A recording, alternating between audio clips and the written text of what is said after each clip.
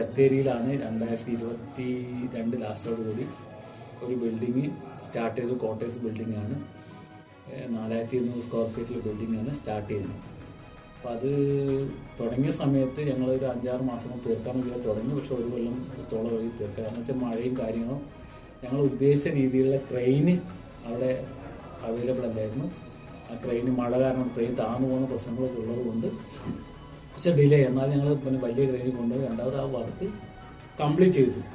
ആ ചെയ്തതിൻ്റെ main method എന്താണെന്ന് വെച്ചാൽ, നമ്മൾ പണ്ട് ചെറുപ്പത്തിൽ വീടുണ്ടാക്കി കളിക്കുമല്ലോ, ചെറിയൊരു കടലാസ് കഷ്ണം വെച്ച് കൂട്ടിയിട്ട് കടലാസ് ഒട്ടിച്ചുണ്ടാക്കുമല്ലോ. ഇതേ മെത്തേഡ് തന്നെയാണ് പ്രീകാസ്റ്റ് വീടും ചെയ്യുന്നത്.